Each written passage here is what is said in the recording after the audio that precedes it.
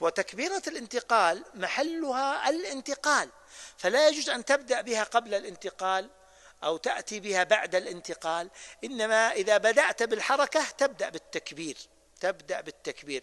وللإمام بالذات أن يؤخر تكبيرة السجود من القيام، يعني بعدما يرفع من الركوع ويريد السجود، للإمام أن يؤخرها قليلا حتى لا يسبقه الناس، لكن لا يؤخرها حتى يسجد، هذا لا يجوز، لكن يؤخرها إلى المنتصف، يعني هو الآن واقف يريد السجود، يبدأ هكذا، ثم إذا وصل النصف قال الله أكبر، بحيث ينتهي عند وضع الجبهة على الأرض.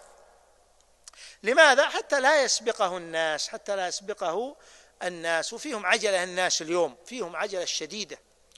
وبعض الأئمة هداني الله وإياهم، غير راعي الأئمة،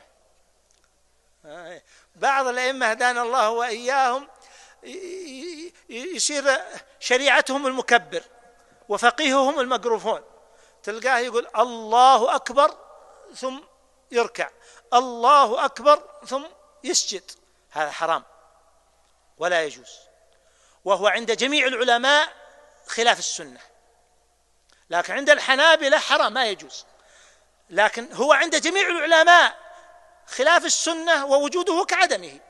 بعض الجاهلين يقولون هذا تشدد، لا ترى هذا كلام جميع العلماء، ما في عالم يقول كبر قبل ما تنتقل أو بعد ما تنتقل، إلا في جزئية واحدة عند الإمام مالك لا نذكرها لكم، هي فقط استثناها مالك وقوله خلاف الجمهور.